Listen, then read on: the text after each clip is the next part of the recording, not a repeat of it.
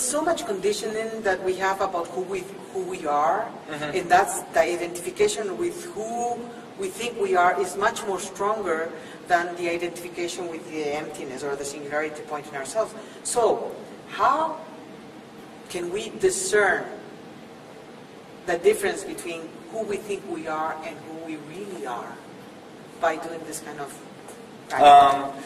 I think that, you know, when you go towards center, you reach, and you'll reach deeper and deeper sense of it. And the meditation I teach, for instance, in my seminar, help, you know, the person follow the vortex, you know, into that center.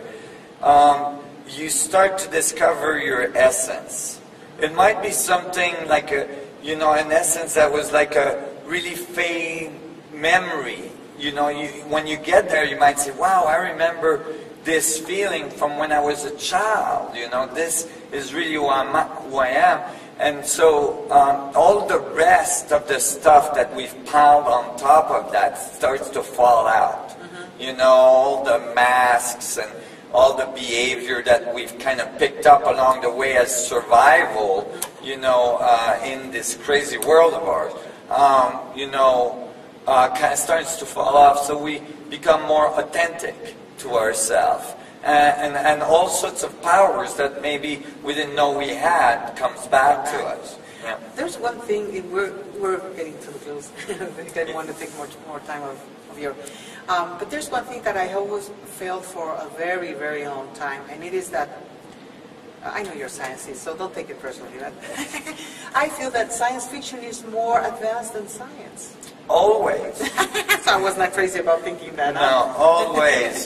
Science fiction is always ahead of science. You can see it in history all along. Yeah. Every single, or most of the technical developments we've had in our evolution were in stories long before they were invented. And that's because and this is something that, you know, students in science today are not taught, and it's really sad. They should know this, that discoveries and inventions and transcendence of previous ideas come from imagination. They come from, you know, gut feelings, a sense that maybe things are like that instead of like that. Now science is really good to follow up, to like see and investigate if that's true. But it starts inside us. And this is why people like Einstein said, you know, imagination is more important than facts, and so on, because it's like, and I'm paraphrasing, but it's like, you know, it comes from inside you. Innovation comes from inside you, and then you bring it out, and then you see its value. But it starts there. And so somebody, you know, writing a story about going through the galaxy, you know, is going to have to think and to visualize, well, what would the ship look like? And what kind of space drive would it have to use? And all this. And it's going to develop. And since we're connected to the whole universe, that person is going to have a sense of how the mechanics of the universe work that would make it possible for a ship to go across the galaxy and so on. And most likely it's going to be somewhat correct to what is going to come following in the future. Now, for people that are very left-minded and rational thinking and very skeptical. Yeah, we are both foreigners in English. Yeah. So, skeptics. Where can they research information that, for instance, the thing I've heard lately was that we were kicked out of the moon, and that there's some sort of life over there, and people don't believe that. I mean, they look at the moon and it's all like sand and empty, but there's an idea that maybe there's some life over there and that we got kicked out, and that's why we have not come back. Where can people like research? Do you know of any information that they can look at? Well, first of all, on skepticism, this is one of the big problems in our society. The concept of skepticism and closed-mindedness has been confused. So people that think that they're skeptics are basically just closed-minded, meaning they reject new ideas or sets of information offhand without actually truly looking at all the evidence and coming to a scientific conclusion, which would be a true skeptic. And so skepticism is actually a very good thing. You need to have skepticism. You need to like take things, you know, well, you have to, you know, you have to investigate and see if the concept is correct and all this. And so, you know, for instance, one of the biggest taboos, and people think that sex is a taboo thing and all this stuff, but actually one of the biggest taboo is extraterrestrial life, and the idea that we've been visited by extraterrestrial. My research shows we've been visited by extraterrestrial life for thousands of years, that this ancient civilization that was very advanced had direct contact, and that's why they had calendars for the whole galaxy, right? Yeah. You know, that we've been visited in modern times as well. Now, if you're a true skeptic, then because of the internet and the world communication systems we have today, it is very easy to go and look for evidence and, you know, part the stuff that's fake from, you know, stuff that's obviously not fake.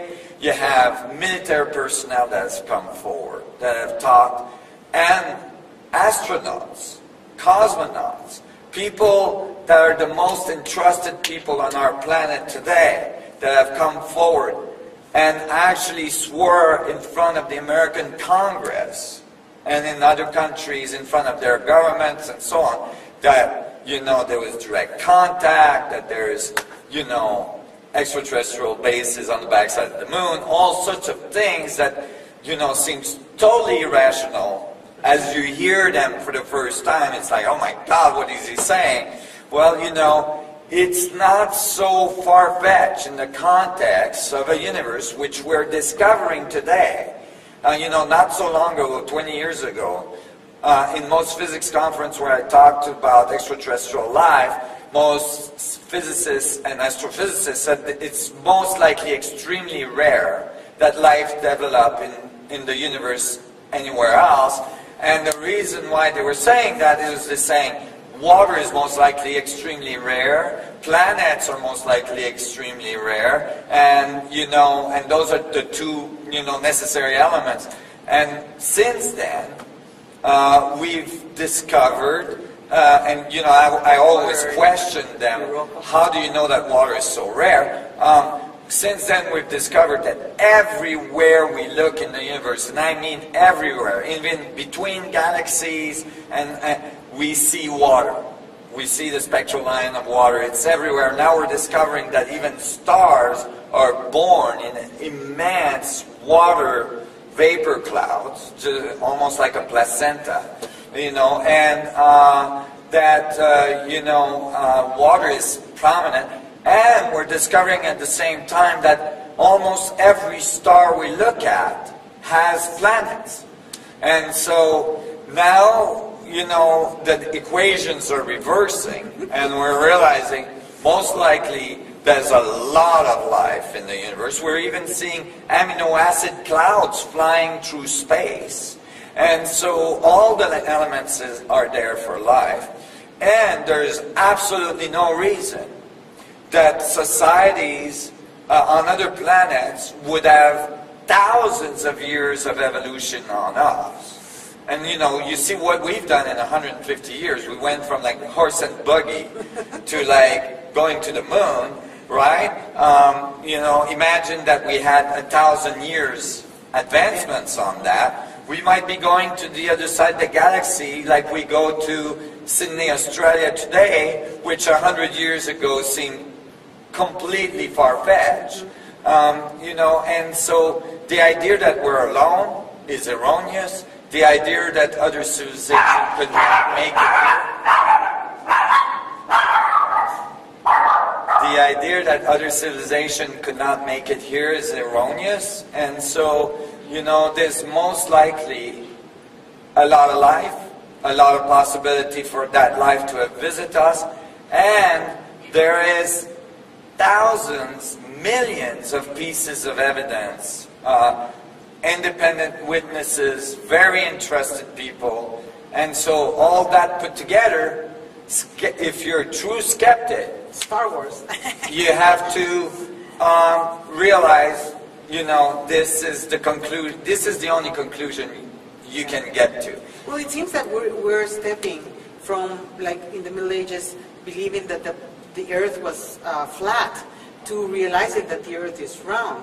Like what Galileo did, from Copernicus to Galileo, to believing that the Earth is not the center of the universe, but of the solar system, yeah, the sun is the center of the solar system. Right. And those were really extremely shocking changes, to the point that the church incarcerated Galileo for a lifetime. Right. I don't know what right they did that, but anyway. Right. So it seems that we're on the verge of that change, of believing that we're the only ones in the universe, to understanding and realizing that there's life everywhere. That's right. It's amazing. It's an amazing thing.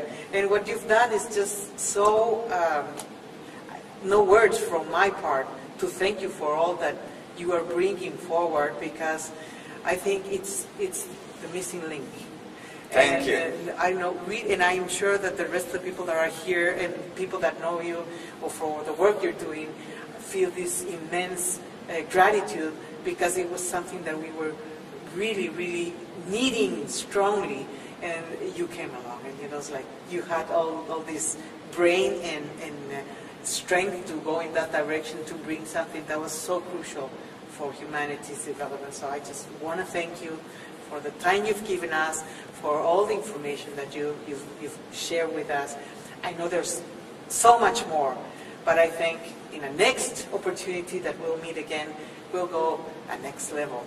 Because till people get ready to listen more stuff, so we will flow with that. All right. Well, you know, I really appreciate, and I want to say thank you so much.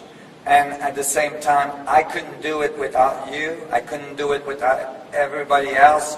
It's a groundswell movement, and I'm just doing my little piece in that movement to like bring it to the next level. And we're so close. So thank you for all your work and your support. We're going to be waiting for you in Ecuador. Thank you. Yeah, you better I plan look on that. forward to it. Great, Nassim. Thank you so much. Thank you.